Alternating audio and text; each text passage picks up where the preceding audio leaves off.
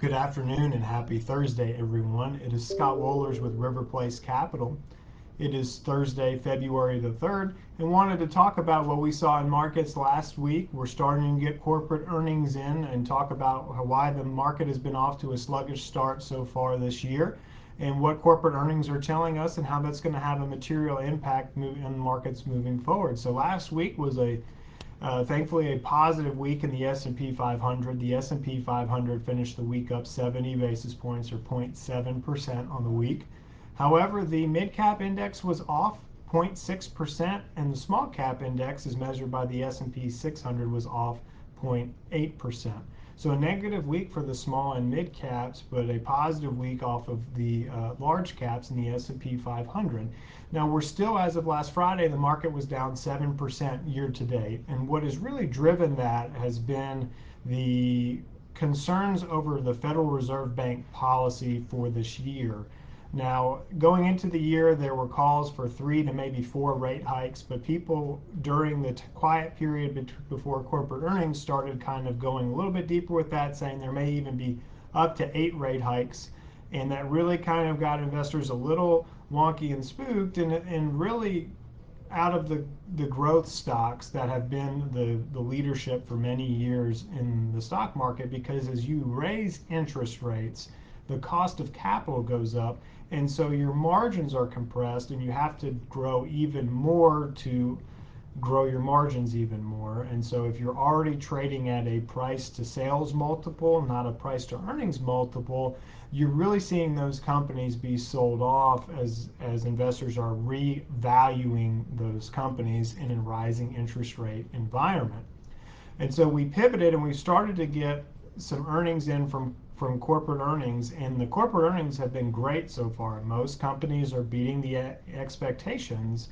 However, when they're coming out and providing guidance, they're being quite cautious, and they're guiding for, instead of what we've seen in the last 2 to 3 years where you're seeing 20 and 30% revenue projections and earnings growth, you're starting to see more normalized behavior where you're seeing single digit earnings growth projected for the next quarter.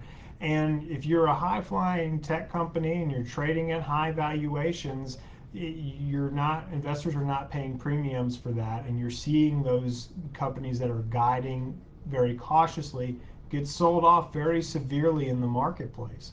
I mean, a prime example would be Facebook today. Facebook slightly missed the revenue expectations for the next quarter by $1 billion. They guided between 26 and 29 versus an expectation of 30, and it's down 25% today in trading. And so as we are making the shift from growth to value that we've been talking about, you're seeing it come to fruition in these earnings reports as you are seeing guidance in the single digit range. Now, for investors to remind themselves, that is very normal growth, and that's very healthy growth rates.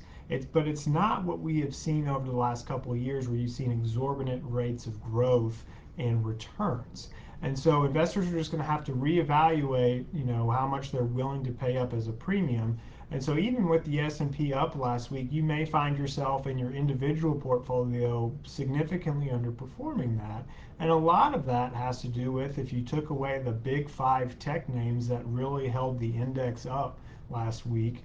Most companies were actually continuing the selling pressure last week. And so we expect that to come to an end as we are getting the earnings reports in, and we're expecting to still see this shift from growth to value take place in the marketplace. So as always, if you have questions about what's going on with your individual portfolio or ways in which we can help you navigate through this, or understanding what's happening and how to diversify in this type of environment, give us a call. We'd love to talk to you. You can reach us at 904-346-3460, or as always, check us out online at www.riverplacecapital.com. I hope everyone has a wonderful rest of your week. Thanks so much.